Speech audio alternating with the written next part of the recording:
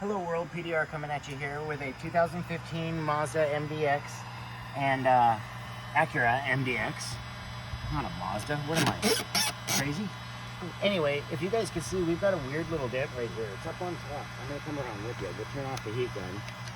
I'm getting it nice and warm, but here's what we've got. We've got a little 1.5 inch crease straight up and down. I've looked all the way down this panel. It wasn't something that hit it long all the way. It was just that one. I had my glue puller, or I had my glue gun getting warm, and I realized after I checked with Bertha that I can get right in there. So let's open up the door on you here, and you're gonna see my access point is that grommet right here. And I'm just gonna grab a couple little pieces of tape, some blue painter's tape, and go right there, right there, right there, and just kind of right there where it's going to be up underneath this.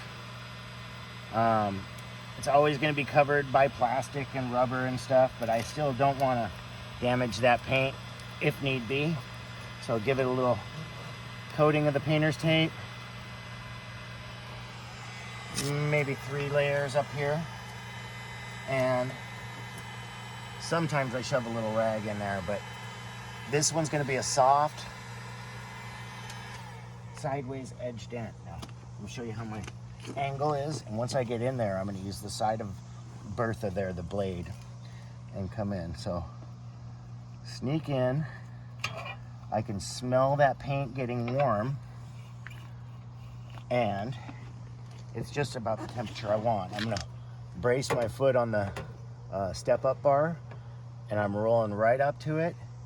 And I guess I'm going to use the fog first. Once I find my tool. Okay, I was actually off. Wild. But now I'm right at the bottom, and I'm just going to walk this crease on up.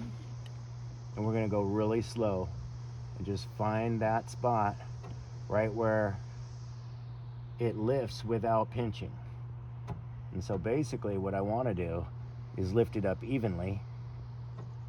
And so that takes the patience of going just where you need to go. Obviously it's easier said than done, but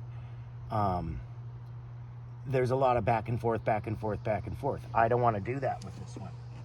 I don't want to bring it all up and then tap it all down and bring it all up again and tap it all down 2 or 3 times. I'd rather have it come up flush the first time, and obviously that's the goal, right?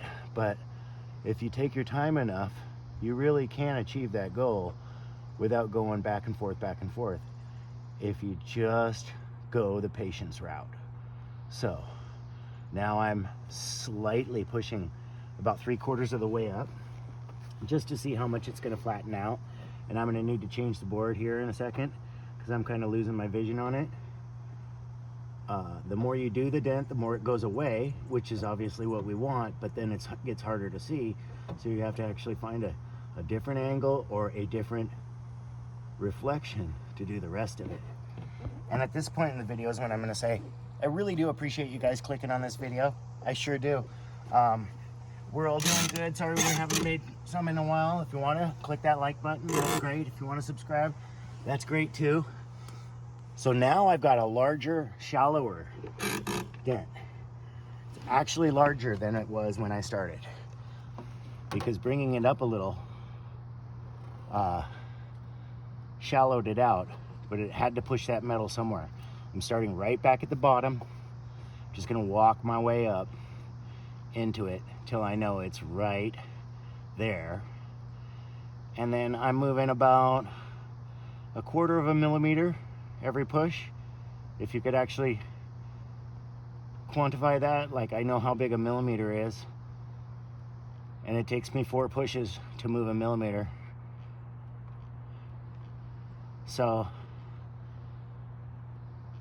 and the pushes that I'm making are about at max about 4 pounds of pressure when I'm just getting in there and making that twist. 4, maybe 5 pounds. Like holding a handful of rocks is about as hard as I'm pushing on that. And it's more of a twist than a push. I twist right into it, and then I give it a tiny pry. Now I'm up on the top. I think I'm gonna heat it back up. And guys, most people think that paintless dent repair is a quick thing, or he just gets behind the dent and pushes it out. This one, even being so small, it will take a little while to get out. So what I'm gonna do is heat this up, maybe switch my battery around, maybe switch my light around a little bit, and we'll come back to you and show you a little bit more of the finish work and the result in just a bit. We changed the board around a little bit, and I put my Strong Arm XL with my Get a Grip Now umbrella on it, thanks to Matt. And I'm running right back to the bottom of this dent, trying to bring it back up. I just got it really warm, and then I pulled off the heat gun so I can talk a little bit here, but I'm actually going to just dial in and stop talking.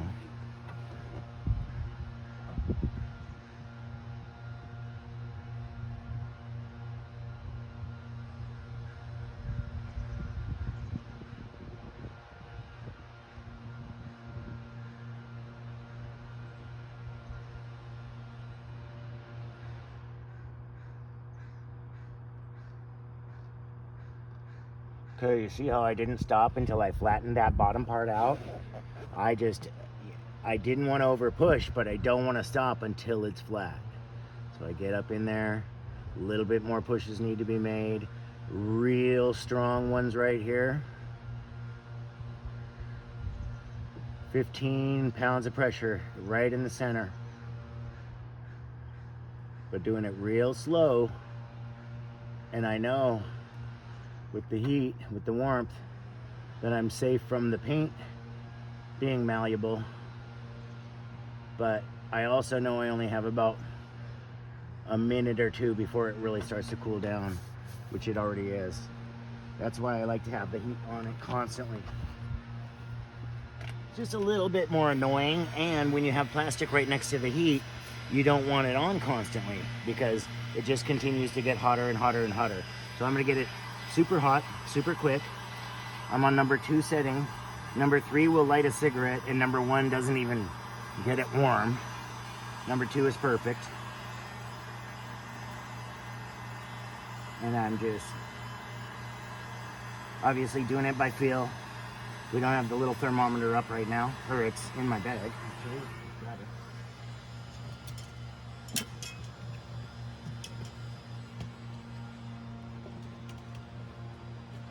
No idea. I have no idea where it is. Actually, I think I do have an idea. It's on the table in the garage at home.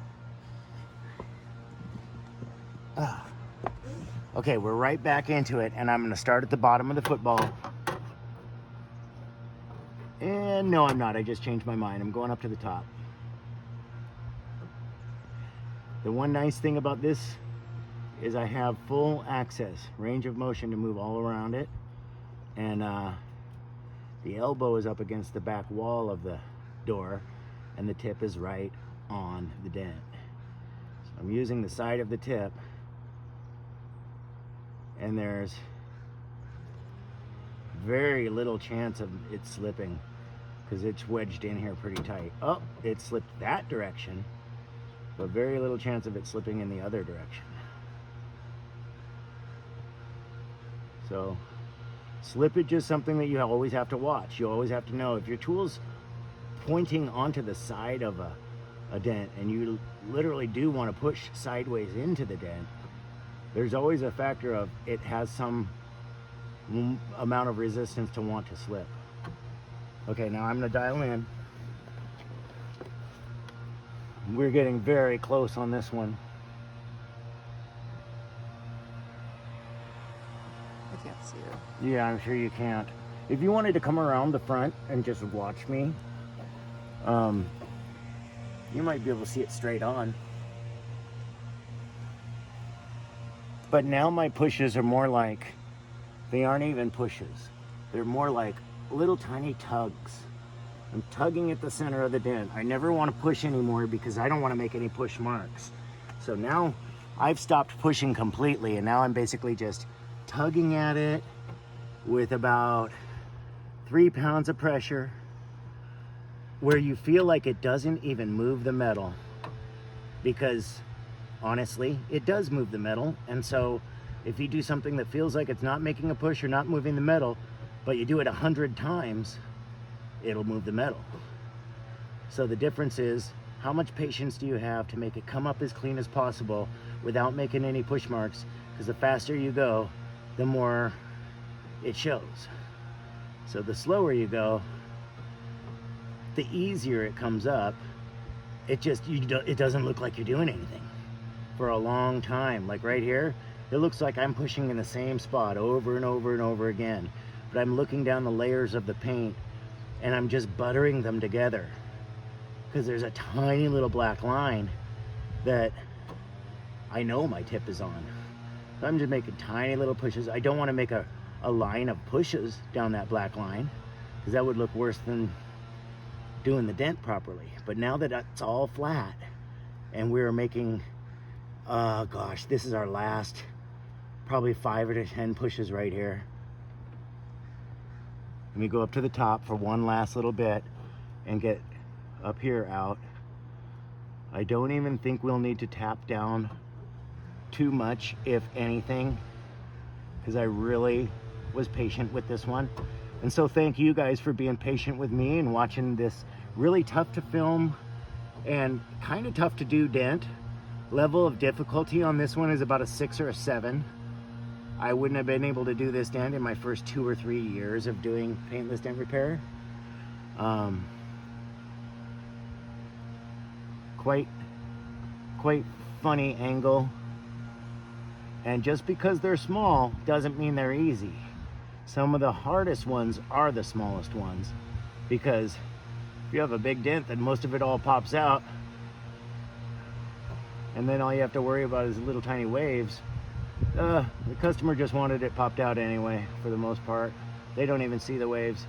Only a dent guy sees like what I'm working on right now, which is the very final little tiny, this one black stripe splits open about a 1/2 millimeter. So am I this picky? Yes, I'm just gonna finish. I know I can get it, and it's right there.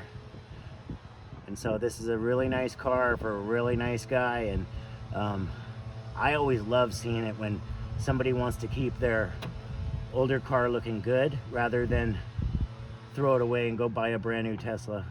You know, it's not really a shot to those guys with the Teslas, but kind of is. You know, this is a very nice model too. This one has the laminated glass, so if we do another dent on this one, I wouldn't be able to do it through the glass. That one came out very nice. Now let's just pull this back. I had this on there just to protect some plastic. Let's pull this off, show you what we're talking about in natural light. Oh yeah, I think that's what we wanted to see. Basically what I would say is the difference between a dent and no dent. If there's a tiny little wave in there, that might be what I want to tap on, but other than that, I wouldn't even get that picky because we're already at 98%. We'll show it to the customer and see if he likes it, but other than that, I'll just say the thing. God bless y'all. Thanks for stopping by, PDR, and I'm out.